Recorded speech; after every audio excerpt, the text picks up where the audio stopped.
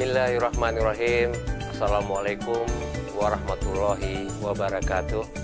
Saya Dr. Andes Raidin Pinim MAP, Bupati Aceh Tenggara, atas nama pemerintah Kabupaten Aceh Tenggara beserta jajaran mengucapkan terima kasih dan penghargaan yang setinggi-tingginya kepada penyelenggara pemilu Kabupaten Aceh Tenggara, kepada pihak kepolisian Aceh Tenggara dan pihak Kodim 0108 Aceh Tenggara atas terciptanya pemilihan legislatif presiden dan wakil presiden yang aman dan damai tanpa adanya kendala yang berarti.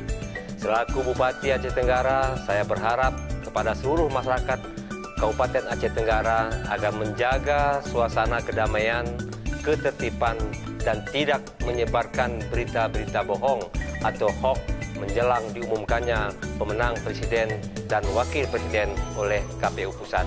Dan saya juga mengajak seluruh masyarakat Kabupaten Aceh Tenggara untuk menolak ajakan people power.